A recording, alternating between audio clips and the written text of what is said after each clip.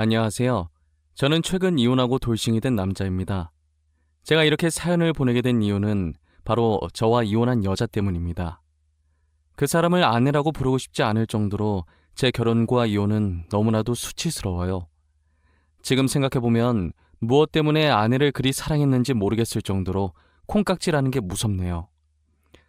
저는 사랑하는 사람과 행복한 가정을 이루고 싶었을 뿐이었는데 그게 너무 큰 바람이었나 봐요.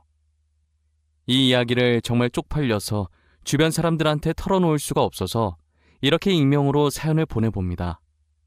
저는 1년 전에 의사인 아내와 결혼을 했었어요. 제가 아내를 데리고 처음 결혼 허락받으러 갔을 때 저희 부모님의 반대가 너무 심했었어요. 이 말을 들은 여러분들은 저희 부모님의 눈이 너무 높다고 의사 며느리면 좋아해야 하는 것 아니냐고 얼마나 더 대단한 며느리를 데리고 와야 허락을 해주나 싶으시죠? 저희 집은 사업하는 집안인데 규모가 꽤나 큰 편이에요. 저희가 사업을 하는 집안이다 보니 저희 부모님은 제가 같은 업계 사람이랑 결혼하길 바라셨죠.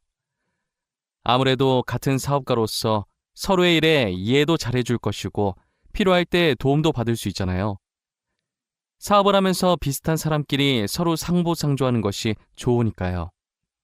저는 그래도 아내 직업이 평범한 것도 아니고 의사니까 부모님께서 허락을 해주시지 않을까 했어요. 단호하게 반대를 하시니 저도 놀랐지만 아내도 만만치 않게 놀라했어요. 왜냐면 아내도 자신의 직업이 어디에 꿀리지 않을 직업이라는 걸 알았으니까요. 단칼에 안 된다고 하시니 아내 입장에선 당황스러울 수밖에 없죠. 결혼은 반대했지만 연애하는 건 자유고 아직 저희가 젊으니 그것까진 반대하지 않겠다고 하시더라고요.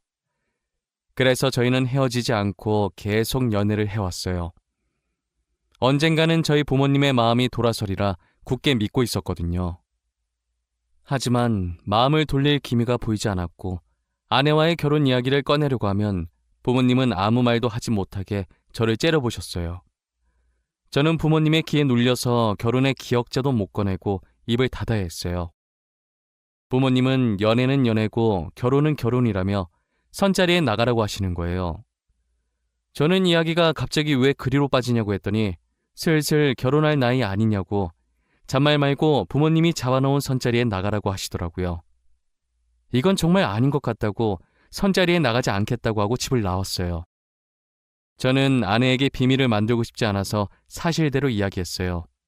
아내는 제 말에 허공을 보며 골똘히 무언가를 생각하는 듯 하더니 이내 제 눈을 똑바로 쳐다보는 거예요.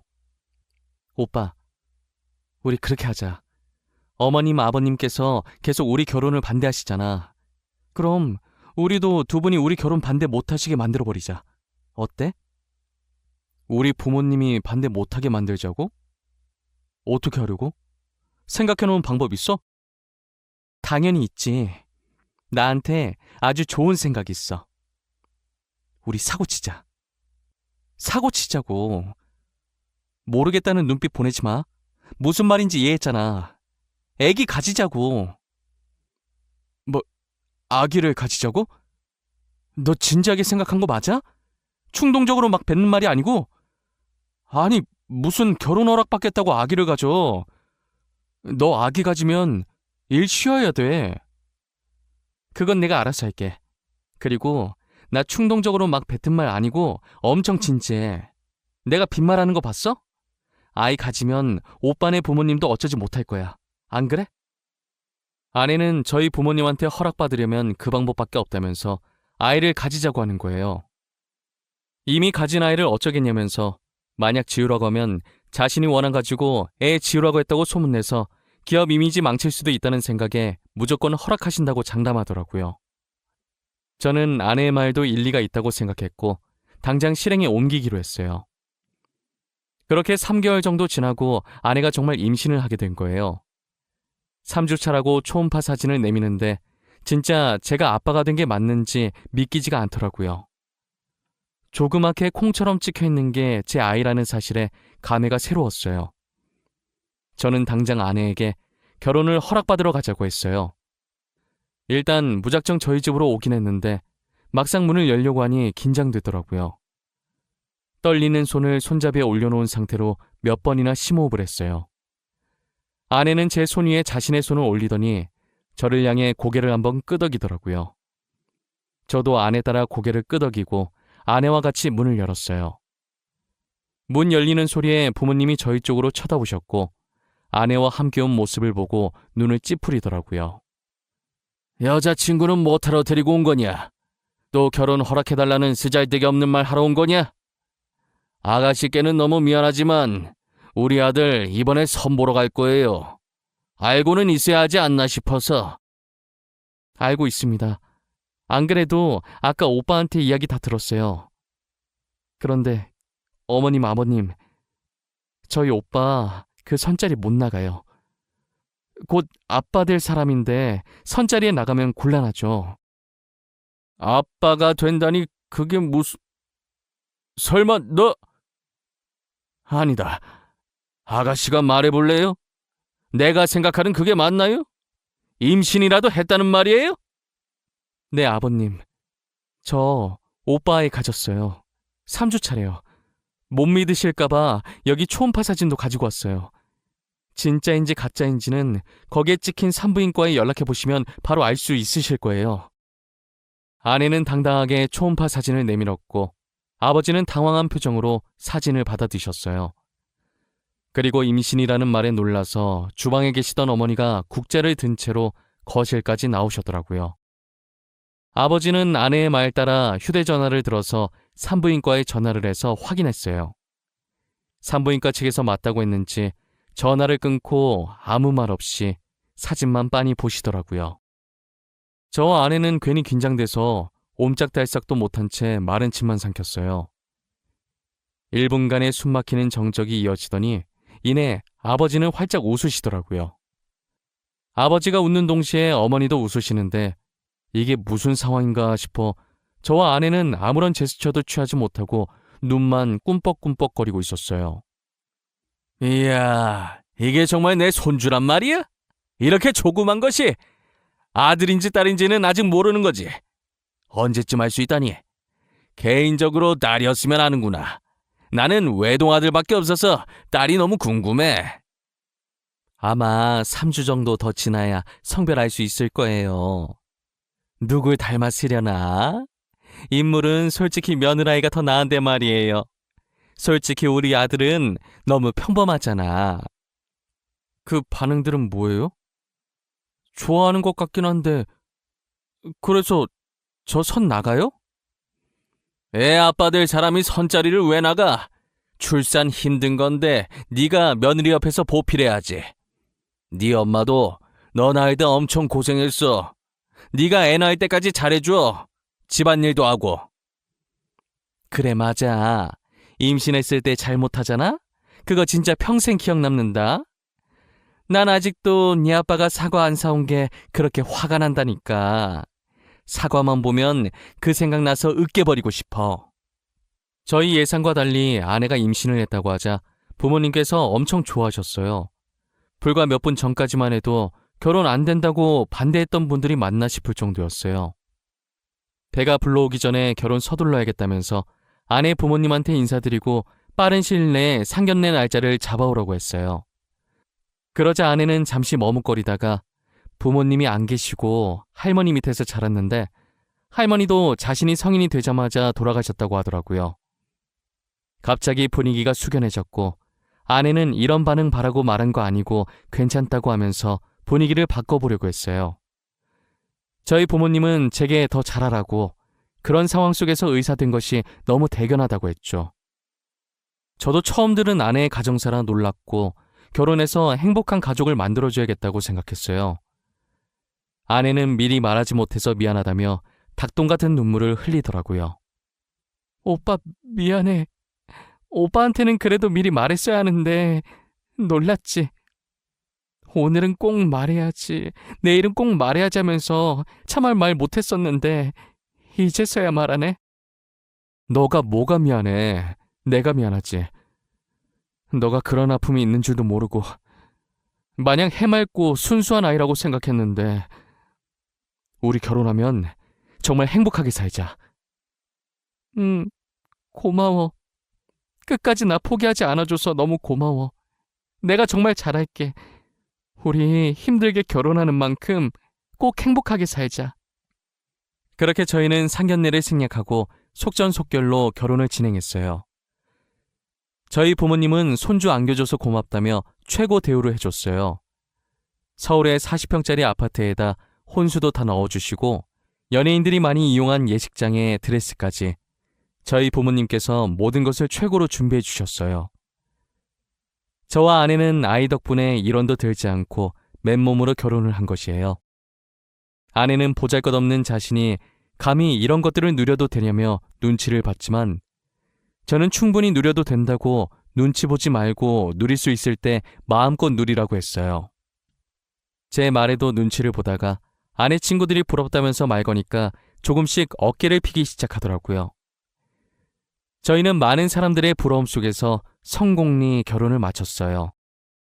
신혼여행은 외국으로 가고 싶었는데 시국이 시국이니만큼 외국으로 가진 못했고 우리나라에도 외국 느낌 나는 곳이 있다고 하길래 거기서 신혼여행을 즐겼어요. 신혼여행을 마치고 신혼집으로 가보니 엄청 이쁘게 꾸며져 있더라고요.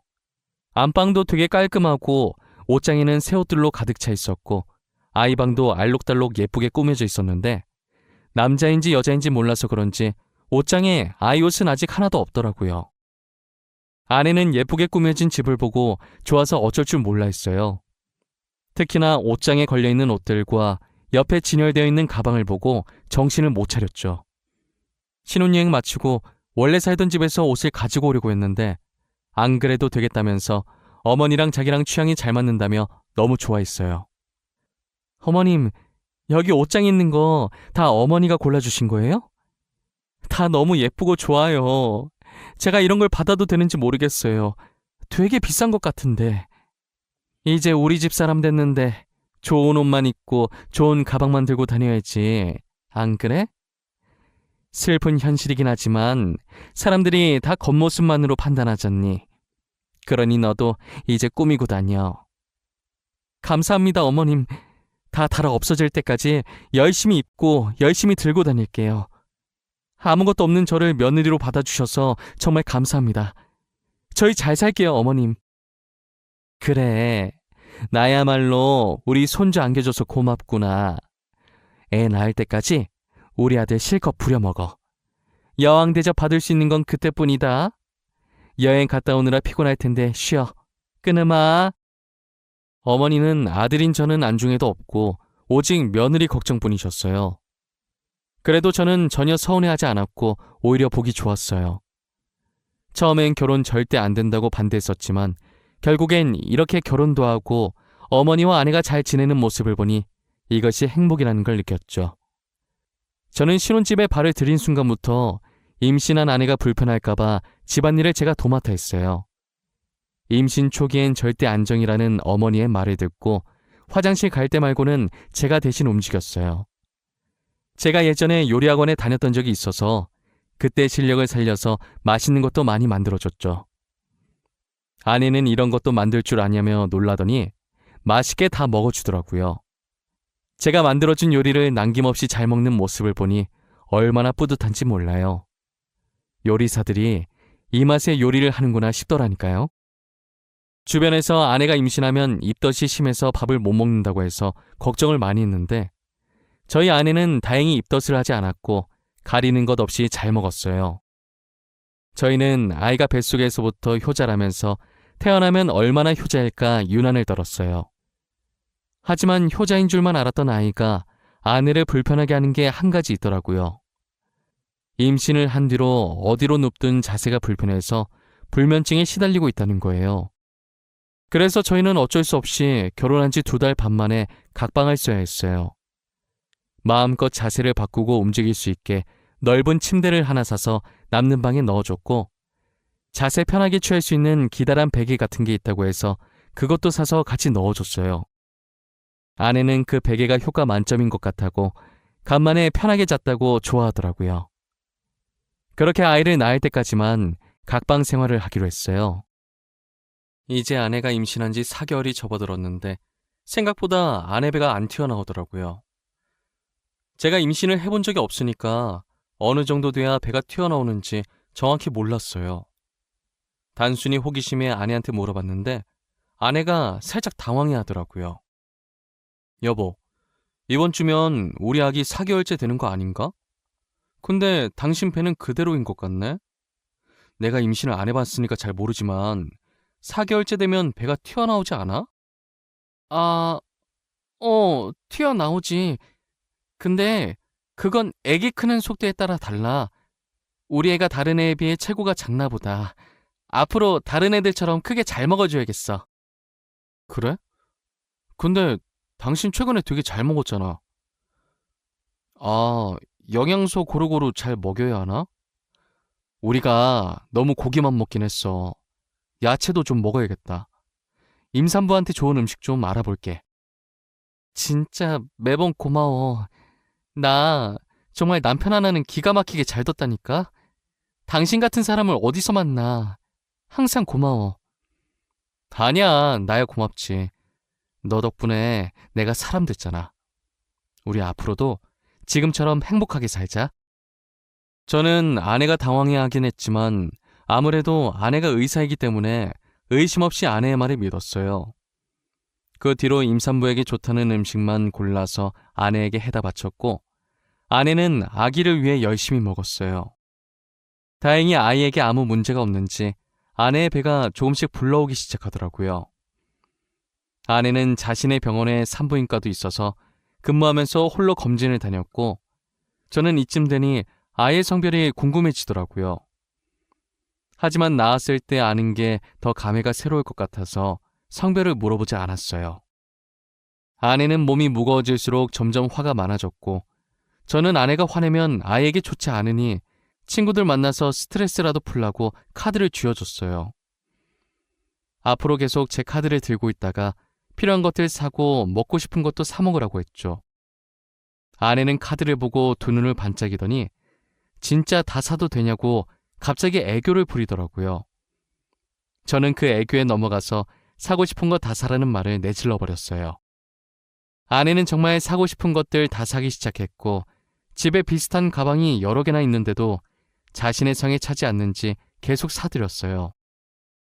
저는 그만 사라고 하려다가 한 입으로 두 말하는 쪼잔한 남자 될 것 같고 임신할 때 잘해야 된다고 안 그러면 두고두고 기억에 남는다는 어머니의 말이 생각나서 그냥 두고 볼 수밖에 없었어요. 그러다 아내가 대뜸 친구와 태교 여행에 가고 싶다고 하더라고요. 자기 친구들도 아이 가졌을 때 태교 여행 갔다고 하면서요. 자기야, 나 친구들이랑 태교 여행 갔다 오면 안 돼? 내 친구들도 아이 가졌을 때 친구들끼리 태교 여행 갔다고 하더라고. 그래? 근데 나랑 가면 되잖아. 꼭 친구들이랑 가야 돼? 자기, 나 서운하려고 그래? 아니, 나 결혼하고 나서 친구들이랑 여행 한 번도 못 가봤단 말이야.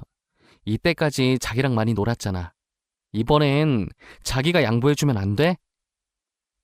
알겠어. 아쉽지만 내가 양보해야겠네. 친구들이랑 재밌게 놀다 와. 어디로 얼마나 놀고 올 건데? 오래 있다 올 거야? 이렇게 무거운 몸으로 어떻게 오래 있다 와. 그냥 짧게 2박 3일 갔다 올 거야. 요즘 경주가 그렇게 핫하대. 그래서 경주 갔다 오게. 그래, 조심히 갔다 와. 언제나 몸 조심하고, 알겠지?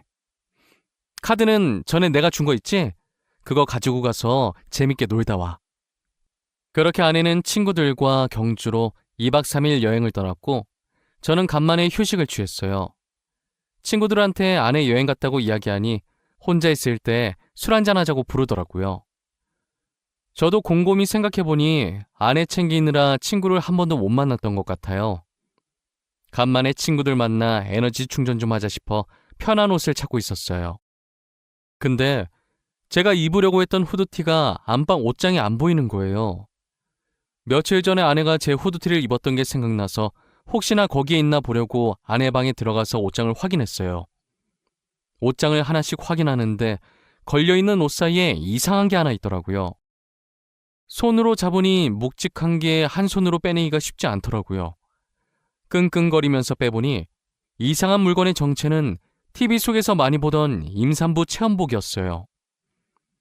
저는 도대체 이게 왜 아내 방에 있지 하면서 별 생각 없이 옆에 세워두고 후드티를 마저 찾다가 갑자기 쎄한 느낌이 들었는데 설마 하고 넘겼어요.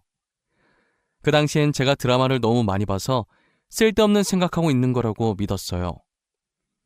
저는 그게 왜 있는지 너무 궁금해서 아내가 돌아오는 날엔 평일이라 제가 퇴근하고 저보다 먼저 집에 와서 짐을 풀고 있는 아내에게 물어봤어요. 아내는 아무렇지 않게 자기 환자가 주문한 거라고 하더라고요. 내가 당신 여행 가 있는 동안에 후드티 찾는다고 잠시 당신 옷장 봤었거든. 근데 TV에서나 보던 임산부 체험복이 있더라고. 그거 뭐야? 왜 당신 방에 그게 있어? 아, 그거? 안 그래도 그거 내일 병원에 가지고 가야 돼. 환자가 주문한 거거든. 아내 임신 준비하는데 그 전에 자기가 아내 고통 먼저 느껴보고 싶다나? 그래서 내가 주문해줬어. 그런 거였어? 특이한 환자분이네. 하긴 먼저 고통 느껴보는 것도 좋긴 하겠다. 얼마나 힘든지 알아야 아내한테 더 잘할 거 아니야. 좋은 남편이시네. 하참, 당신한테도 저거 주문해서 입혀볼 걸 그랬나? 그럼 내가 지금 얼마나 힘든지 알 텐데. 난 괜찮아. 나는 입어보지 않아도 충분히 알았어. 그때 들어보니까 되게 무겁더라고. 나는 정말 괜찮은 것 같아. 당신 아직 저녁 안 먹었지? 내가 저녁 차려줄게. 아내는 호기심 가득한 표정으로 제게 임산부 체험복을 따로 주문해서 입어보길 권했고 저는 정말 입으라고 할까봐 말을 돌려버렸어요. 아내는 밥 먹으면서도 괜히 임산부 체험복 얘기를 하면서 난처해하는 제 표정을 보고 즐기더라고요. 저는 모양 빠지게 안 입겠다고 한 게 뒤늦게 민망해서 멋쩍은 듯 머리를 긁었어요. 그러다 한날은 제가 지방 출장이 잡혀 있었는데 갑자기 취소가 된 거예요. 당시 제가 피로감도 많이 쌓이고 몸이 좋지 않은 느낌이라 가기 싫었는데 잘 됐다 싶었어요. 저는 컨디션도 안 좋고 빨리 쉬고 싶은 마음에 아내에게 연락도 안 하고 곧장 집으로 갔어요. 운전도 못할 것 같아서 차를 회사에 두고 대중교통 이용해서 집에 갔죠. 집으로 들어가니 아내의 목소리가 현관까지 들리더라고요. 거실에 가니 안 보이고 소리 들리는 쪽으로 발걸음을 옮겼어요. 아내는 제가 들어오는 소리도 못 들었는지 방에서 열심히 누군가와 신나게 통화하고 있더라고요. 천천히 걸어서 문 앞에 다다랐을 때 문틈 사이로 들려오는 아내의 목소리를 듣고 멈춰섰어요. 근데 너 이제 어떡할 거냐? 대충 유산했다고 하지 왜 이렇게 질질 끌었어? 아이 어디서 구하려고 그래? 나 사사나 나왔다고는 말 못해준다. 미리 말했어. 야, 친구 좋다는 게 뭐냐? 이번에도 나 좀 도와줘. 나 너가 도와준 덕분에 결혼한 거잖아. 나 그때 진짜 아버님이 전화할 줄은 꿈에도 몰랐다? 얼마나 간 쫄리던지. 너 저번에 임산부 체험복 들킬 뻔했다며. 진짜 웃겨. 야, 잠깐만. 너네 남편 출장 갔다고 했지? 남편 출장 가 있는 동안에 유산했다고 하면 안 돼? 애 심장 안 뛰어서 수술했다고 하면 되잖아. 너 진짜 머리 좋다. 어떻게 그런 생각을 해내지? 애 심장 안 뛰는데 자기네들이 어쩔 거야. 그치? 나는 그냥 이 집 며느리로 있기만 하면 돼. 아버님 재산이 진짜 어마어마하더라고. 결혼식만 봐도 으리으리하더라. 우리 중에 너가 제일 초호화 결혼식 했을 거다. 너 SNS 보니까 집도 좋더만. 너무 부럽다. 멍청한 부잣집 도련님 물었다더니 진짜였네. 너도 나처럼 팔자 펴고 싶으면 분발해. 나도 너가 도와달라는 거 다 도와줄 테니까. 내가 의리하라는 끝내주잖아. 여보, 언제 왔어? 아니, 출장 간 거 아니었어? 아내는 홀쭉한 배로 침대에 누워서 통화하다가 일어나면서 문 앞에 서 있는 저를 발견하고 놀라더라고요. 마치 귀신이라도 본 사람처럼 들고 있던 휴대폰까지 던지면서 소리 질렀어요. 아내의 소리에 대충 짐작을 한 건지 상대방은 전화를 끊더라고요. 저는 배신감에 분노가 차올라서 온몸이 부들부들 떨리기 시작했어요. 아내는 부잣집 남자만 골라 사귀던 꽃뱀이었고 자신이 만났던 사람 중에 제일 부자였던 저와 결혼을 해서 팔자를 바꿔보려고 했던 것이었어요. 그래서 산부인과 의사인 동기와 짜고 쳐서 임신했다고 거짓말을 쳤고 저희 부모님과 저를 속여 결혼까지 한 것이에요. 저번에 제가 발견했던 임산부 체험복도 아내가 거짓 임신 연기하기 위해 샀던 것이었어요. 돌이켜보니 배 안 튀어났다고 했을 때 많이 당황했었는데 그때 의심을 해볼 걸 그랬어요. 아내 말처럼 제가 멍청해서 이런 연기에 속아 넘어갔던 것 같아요. 아내는 자기 말 좀 들어보라며 제 바지가랑이를 붙잡았어요. 여보, 내 말 좀 들어봐. 나 당신 돈 보고 결혼한 거 맞는데 당신을 좋아했던 내 마음은 진심이야. 진짜야, 제발 믿어줘. 어? 내가 잘못했어. 제발 한 번만 봐주면 안 돼? 당장 내 집에서 나가. 나 네 얼굴 1초라도 보기 싫으니까 당장 나가라고. 사과 따윈 필요 없어. 나 네 사과 받을 마음 하나도 없거든? 그냥 내 눈 앞에서 꺼져! 여보, 내가 미안해. 제발 한 번만 봐줘. 거짓말한 건 미안해. 나 당신 너무 좋아해서 그랬어.